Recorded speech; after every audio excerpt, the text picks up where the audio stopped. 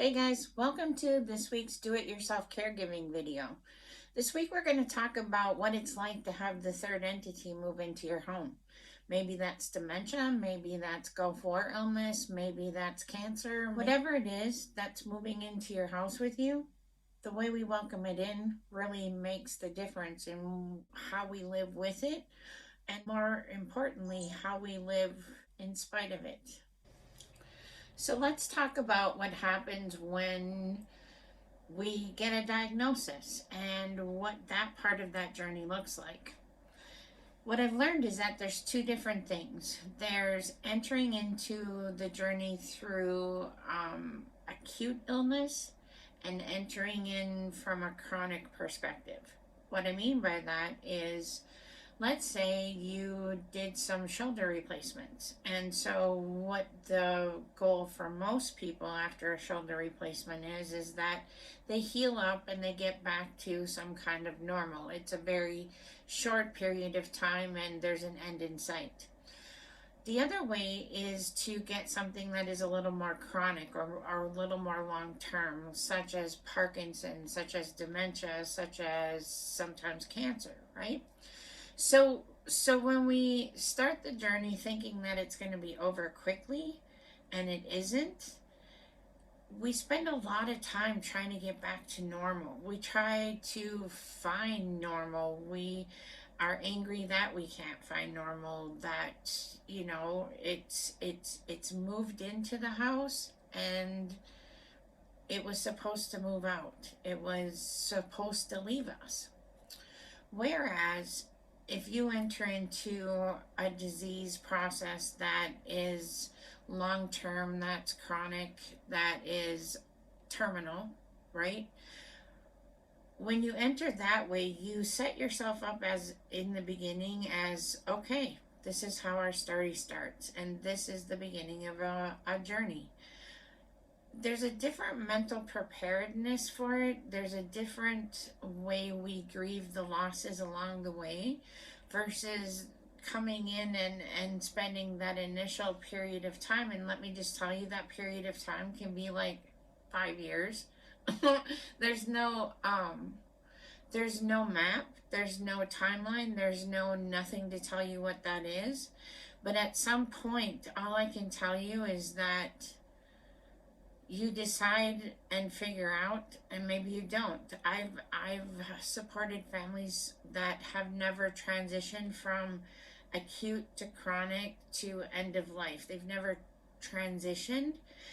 And so what that means is, when we're chronic, every step of the way comes with a grieving process. It comes with a new normal. You know somehow that you're never going to get back to what normal was, so you're constantly creating a new normal. What's tricky about things is that on the chronic side, we don't understand that there's grief and loss that comes with that. Nobody tells us that. Nobody says it's called something. It's actually called ambiguous loss. And it does like a sneak attack on you, right? So, but on some grand scale, the story is, that there's a beginning and there's an end. You can definitively tell that. We've had experiences, family experiences in regards to, like, let's say cancer and waiting for tests to come back. That waiting period, you make up like 47,000 stories about what that looks like, what it's going to mean, what the journey's going to look like, because we can get some kind of idea of what it looks like based on what other people's experiences are, what we know to be part of the deal, right? So when that happens, we can visualize it, we can kind of brace for it, if you will. Over here, if we come into something that, as an acute situation that turns into a chronic, there's a different kind of transition that happens between the two, and it's a much angrier transition. It's a much less, I don't even know if angry is the right word. It's a much more complicated, maybe. And what I mean by that is, there's such an angry piece that this wasn't the way this was supposed to be.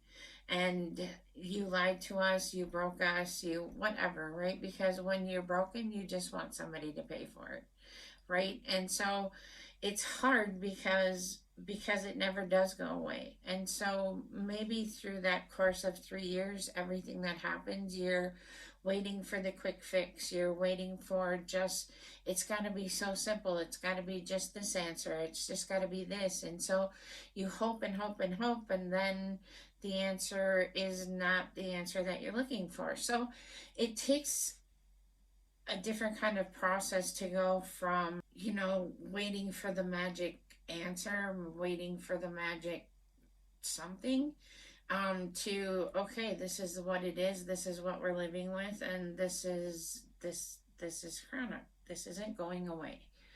So I think I'm probably more aware of that because I know what that looks like on the other side. But if you think about your journey, how did you welcome that third entity, and what was that initial journey like? Was it more walking into a chronic condition that meant, a journey that you could somewhat visualize, or did it start out as maybe a broken hip and now we're into dementia and all this stuff is happening, right?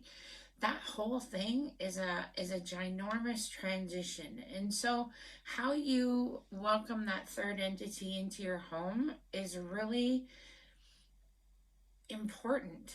It's important to the flow, to the planning, to the understanding, to the stories that we tell ourselves, to setting our expectations in a place that are realistic, to give ourselves grace, because until somebody gets sick, I don't think we understand the importance of giving ourselves grace, because much like the person that is sick, neither one of you have ever been here before.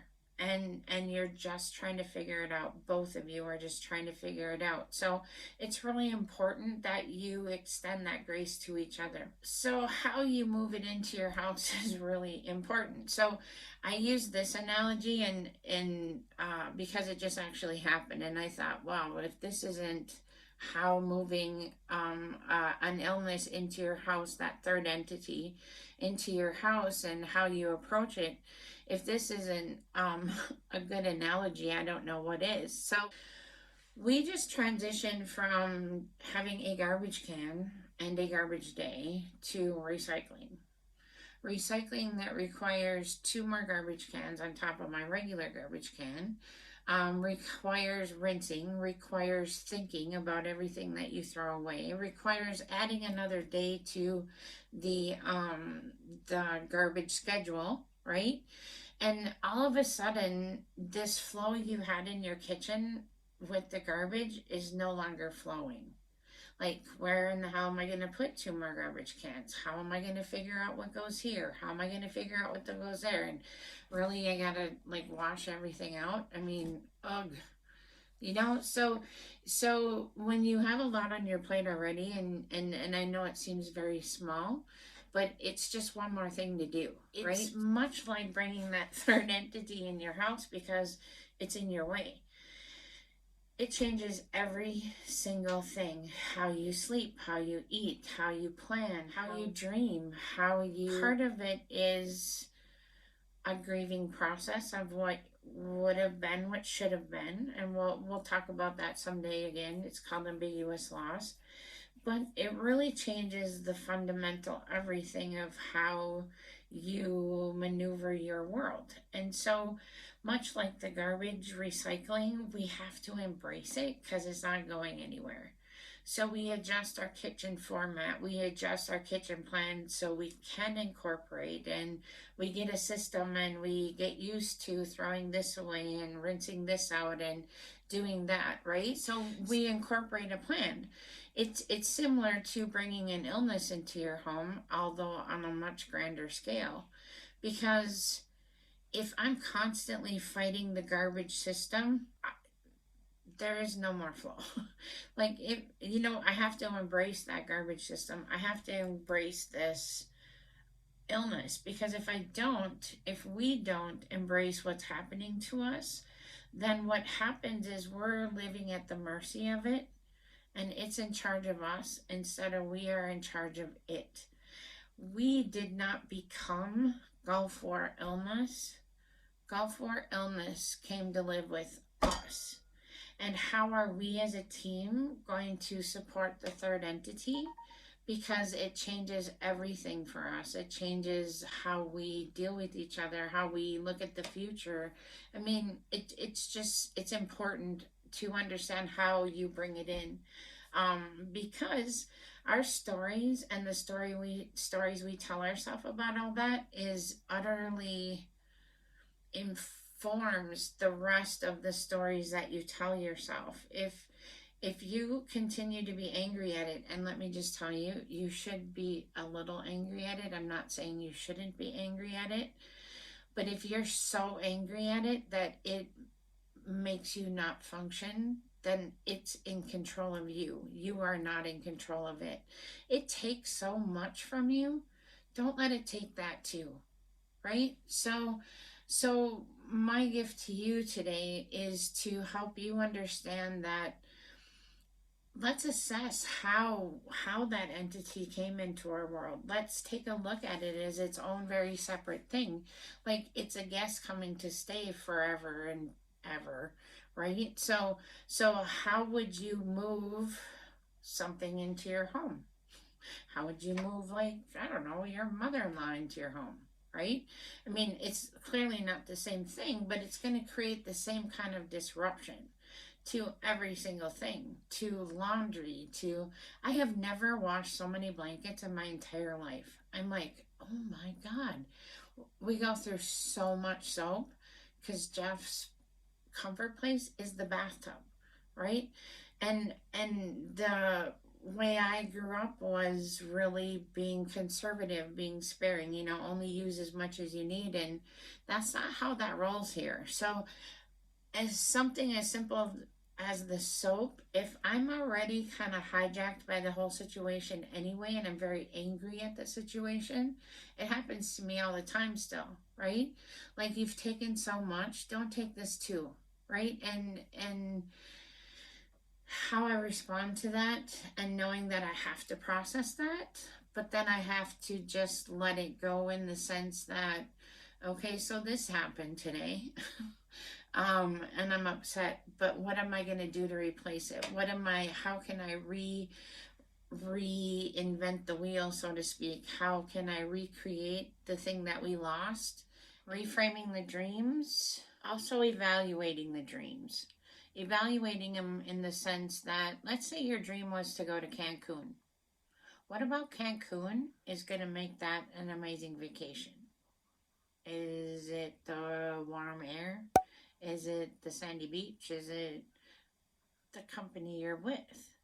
So reframing the dream might look something like, okay, we can't go to Cancun, but we can go to the North Shore and have a picnic or whatever, right? Like, so we get so caught up in going somewhere that we forget that the real experience, our human experience, comes from the people we're with, the love that we share, and the joy that we give each other. So I hope that this has helped you kind of get a perspective of how we have to look sometimes at that disease as the third entity, and how we are receiving it, and how we as a team are supporting it. Join us next week, where we're going to talk about the difference between being a caregiver and a care partner, and how it shifts the dynamics of your relationship as a team. So thanks for joining us today. And if you found this helpful, please like, subscribe, and share with a friend. Thanks. Have a great day. And remember, extend yourself the grace that you deserve today, because no one else is gonna. Have a great day. Bye. If you enjoyed our time together, please like, subscribe, and share with a friend. We'll see you next week.